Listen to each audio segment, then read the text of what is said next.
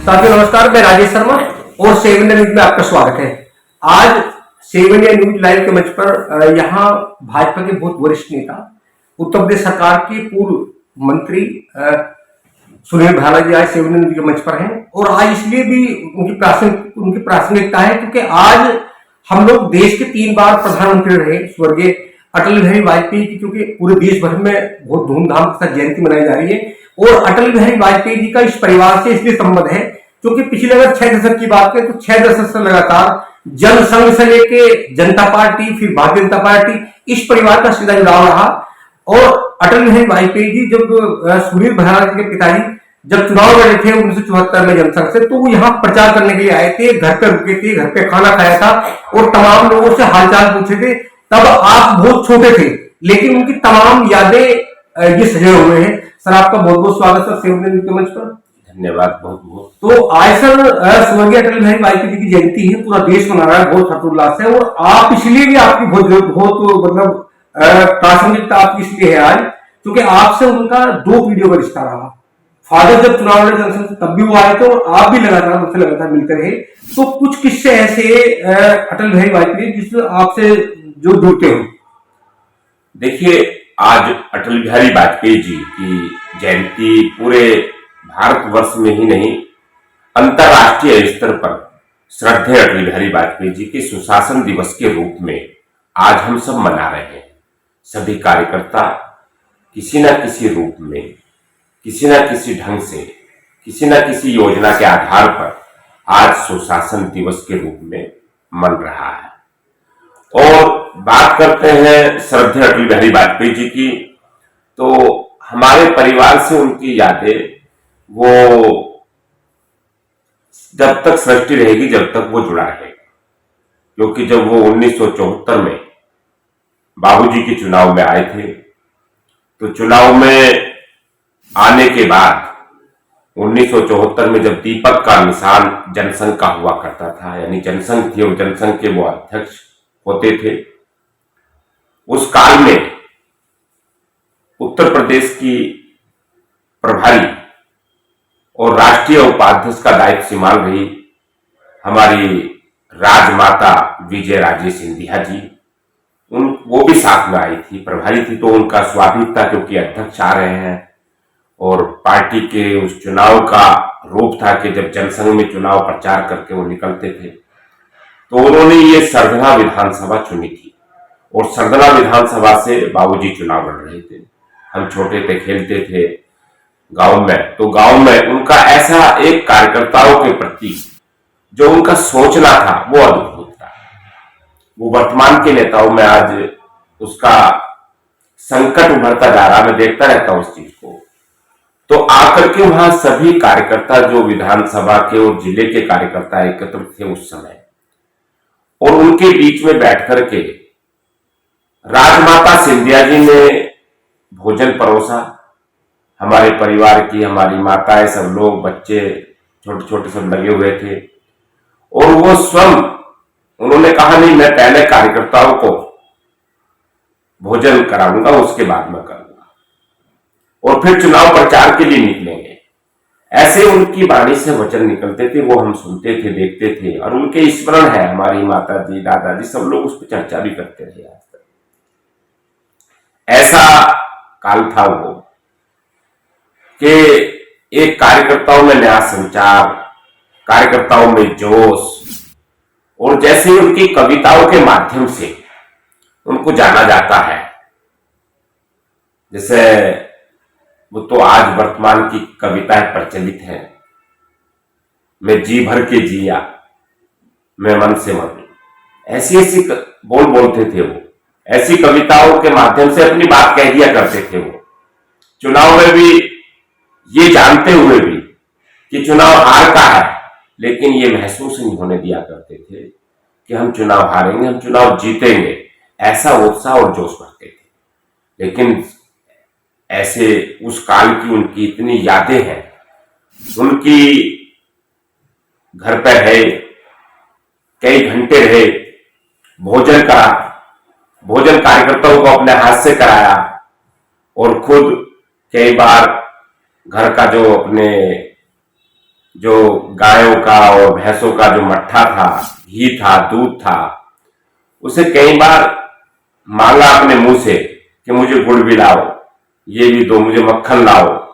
तो ऐसे उनके भाव थे, वो संकोच नहीं करते थे।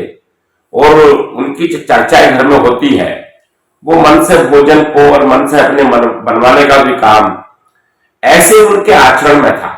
रसोई में देख लिया करते थे, ऐसे बताते हैं, माता बताती है कि रसोई में भी क्या क्या बना रहे हो, क्या क्या बना है, कार्यकर्ताओं के लिए बनाओ, ऐसा करके उनके भाव होते थे। तो आज ऐसे श्रद्धेय अटल बिहारी वाजपेयी जी का जयंती पूरे भारतवर्ष में ही नहीं, अंतर्राष्ट्रीय स्तर पर, और वो सुशासन दिवस के रूप में, क्योंकि वो सुशासन उनके काल के अंदर देखते हैं तो सुशासन के वो बड़े एक अद्भुत प्रेरणा स्रोत के रूप में देखे जाते हैं। जब सर 1974 में बाबूजी मलखान सिंह भारद्वाज जी जनसंघ से चुनाव लड़े, तो उस समय यहाँ बीजेपी का कितना बड़ा वो था होगा? देखिए, भारतीय जनता पार्टी माने जनसंघ, भारतीय जनसंघ उस समय हुआ करता था। जिले में देखते थे, मुझे ऐसा लगता है कि पूरे जनपद में, जब मेरठ भी, बागपत, गाजियाबाद, नोएडा, हापुड़, ये तमाम सारा मेरठ हुआ करता था उस काल में। और मुझे ऐसा लगता है कि सैकड़ों के कार्यकर्ताओं की भी संख्या नहीं होती थी, ऐसा बताते हैं। मुझे वो तो सब स्मरण नहीं है, लेकिन हाँ ये जरूर स्मरण है कि जो चर्चा करते थे, भारतीय जनसंघ के बड़े नेता जब बाद में भी आते थे, परिवार में आते थे, राजेंद्र गुप्ता जी प्रदेश के अध्यक्ष रहे, सीतापुर से आते थे, तो वो घर पर रुकते थे यहाँ आकर के। ऐसे मोहन जी कपूर जी, वो आते थे, रुकते थे, विश्राम करते थे गांव में, क्योंकि रास्ते कम थे। ऐसे अपनी श्रद्धेय शकुंतला जी, कौशिक जी, श्रद्धेय मोहनलाल कपूर जी, ये सब लोग उस समय के तमाम जो बड़े नेता के रूप में विकसित थे, जाने जाते थे, भारतीय जनसंघ की पहचान थी, दीपक के निशान की पहचान थी। ये लोग कहा करते थे इस बात को और कहते थे, बताते थे कि उस समय उनको पूरे मेरठ मंडल में ही सैकड़ों कार्यकर्ताओं की संख्या नहीं होती थी, सक्रिय कार्यकर्ताओं की संख्या भी नहीं होती थी। कोई ऐसा किस्सा आपको याद आ रहा हो? चूंकि 99 में भी जो लास्ट का चुनाव था उनका लखनऊ से लड़े थे, कभी आप किसी प्रकरण में बिना समय लिए उनसे मिलने गए हो, कोई ऐसा संवाद हुआ हो दिल्ली या भोपाल में, लखनऊ में, या किसी कार्य समिति की मीटिंग में कहीं ऐसा आमना सामना आपका हुआ हो? मेरे दो स्मरण में हमेशा मेरे याद में रहते हैं। एक स्मरण तो मुझे 1989-90 के दशक का है, जब ये बड़ा राम जन्मभूमि आंदोलन जो बड़ा युद्ध स्तर पर चल रहा था और युवाओं में, विद्यार्थियों में बहुत आक्रोश, गुस्सा था। 1989 के आंदोलन में समाजवादी पार्टी की सरकार, यानी कि तत्कालीन मुख्यमंत्री मुलायम सिंह यादव जी ने गोली चलवा दी थी और उसमें सैकड़ों लोग मर गए थे। उस गुस्से को लेकर के गांव गांव में आंदोलन की रूपरेखा और गांव गांव में जाकर के जागरूकता कर रहे थे कि भगवान श्री राम के मंदिर को बनाएंगे और किसी भी कीमत पर रुकेंगे नहीं, चाहे कोर्ट माने या ना माने, यहां तक का निर्णय होता था। तो उसी दौर में तो पुलिस ने हमें गिरफ्तार किया। पुलिस ने हम पे झूठे सच्चे दर्जनों मुकदमे लगाने की कोशिश की और पुलिस की लगातार हमारे घर पर दबिश चल रही थी। उस काल के अंदर मैं 1991 की ये बात है, तो मैं घर चला गया 6 नंबर रायसीना रोड पर, जहां आज आदरणीय डॉक्टर मुरली मनोहर जोशी जी रहते हैं। उसमें श्रद्धेय अटल बिहारी वाजपेयी जी रहते थे और अटल बिहारी वाजपेयी जी रहते थे। तो बाबरी एक्शन कमेटी और श्री राम जन्मभूमि मंदिर समिति की बैठक चल रही थी। उसकी बैठक में सभी लोग थे उसके अंदर, वो उनके आवास पर थी, रायसेना रोड पे 6 नंबर पे ही चल रही थी। और उस बैठक को अटल बिहारी वाजपेयी जी ले रहे थे और उत्तर प्रदेश के मुख्यमंत्री अपने श्रद्धेय कल्याण सिंह जी, उनको आना था और मैं उनकी प्रतीक्षा में बाहर बैठा था कि वो आएंगे। तो अटल बिहारी वाजपेयी जी के एक सहयोगी शिव कुमार जी हुआ करते थे, पारिक साहब, उन्होंने हमें बैठाया, घर पर भोजन कराया, क्योंकि यहां से गए तो घंटों जाने में लगे, कई घंटे लगते थे जाने में। उस समय रास्ते ठीक नहीं थे, कभी टेम्पू से है, बस से है, ऐसे पहुंचे। जाने के बाद उन्होंने बैठाया तो उनको पता नहीं था, लेकिन वो किसी कारण से किसी को छोड़ने के लिए बाहर निकले। तो हम खड़े हुए थे, तो कहने लगे, सुनील तुम कैसे खड़े हो, कब आए हो? मैंने कहा काफी देर हो गई। कहने लगे क्या काम है, विषय क्या है? मैंने कहा विषय लॉ एंड ऑर्डर को लेकर के है और थोड़ी समस्या है और मेरठ जनपद का मैटर है। कहने लगे अभी कल्याण सिंह जी आ रहे हैं और तुमने कुछ खाया क्या? मैंने कहा अभी तो हम आए हैं। तो शिव कुमार जी को तो खड़े होकर सामने, कहने लगे नहीं मैं भोजन बोल रखा, भोजन करेंगे अभी। तो वो इतनी बात कह करके बैठक में चले गए और जैसे ही बैठक में गए तो इतनी थोड़ी देर बाद ही हमने भोजन किया। भोजन करने के उपरांत आध पौन घंटे बाद ही कल्याण सिंह जी आ गए। कल्याण सिंह जैसे आए तो बाहर निकल करके खुद स्वयं आकर के अपने उस कार्यालय में, जो बाहर वाली साइड में कार्यालय था, तो कहा कल्याण सिंह जी से, कहने लगे सबसे पहले मेरठ के वरिष्ठ पुलिस अधीक्षक को बोलो और वहां अधिकारियों को निर्देश करो, प्रमुख सचिव गृह को बोलो कि किसी भी कार्यकर्ता का कोई भी शोषण है और जो झूठे मुकदमे लगे उन सबको खत्म करेंगे। और निश्चित रूप से ये जो परिवार है, ये मेरा परिवार है, ये बोल देना स्पष्ट रूप से। ऐसी श्रद्धा की वाजपेयी जी। तो जो एक सामान्य कार्यकर्ता की, सब छोटे से कार्यकर्ता की बात को लेकर के बाहर आ गए और इतनी मतलब विलंब नहीं करा जरा सा भी, और मुख्यमंत्री को खड़े खड़े ये बात मतलब अपने उसी चौक के अंदर बाहर तक भी नहीं, बाहर ही कह दिया ये बातें कि उसको पूरे मामले को सॉर्ट आउट करो। मैं मेरठ तक नहीं पहुंचा था, इतने सब पूरा सिस्टम हरकत में आ चुका था। प्रशासन और जिलाधिकारी के यहाँ से मैसेज आ चुका था, वहां का लेखपाल घर पहुंच चुका था बात करने के लिए, समस्या क्या है, समस्या लिखो, ये करो, और कोई चिंता नहीं करनी, कोई पुलिस नहीं आएगी, कुछ नहीं आएगा। ऐसे काम करने की उनकी अद्भुत क्षमता थी। ऐसे श्रद्धेय अटलबिहारी वाजपेयी जी थे। एक और मुझे स्मरण का आता है हमेशा कि सन 2004 में राष्ट्रीय अधिवेशन था, वो मुंबई में था और उसके कार्यक्रम के आयोजक महाराष्ट्र भारतीय जनता पार्टी और अपने जो तत्कालीन समय के वरिष्ठ नेता प्रमोद महाजन जी होते थे, वो थे।